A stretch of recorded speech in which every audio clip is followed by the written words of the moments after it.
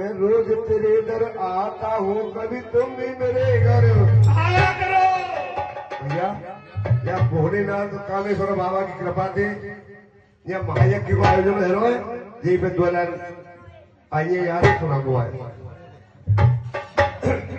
माँ साहब निकालियों को बम्बई पहले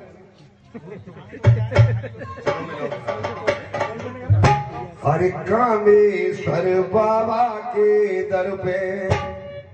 और ये कथा भागवत है ये कामेश्वर बाबा के दर पे कथा भागवत है रही है वृंदावनों बने कई बरहोली भक्ति धारा बह रही है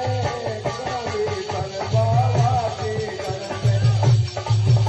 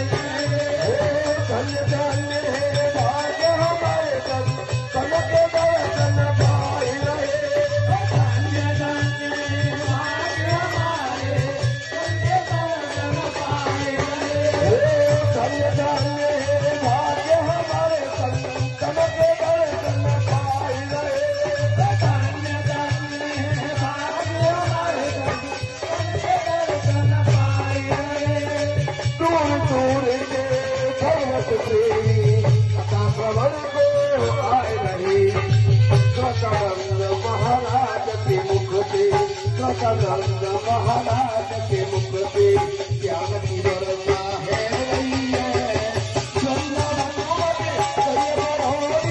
भक्ति धारा बह रही है कामेश्वर बाबा के घर में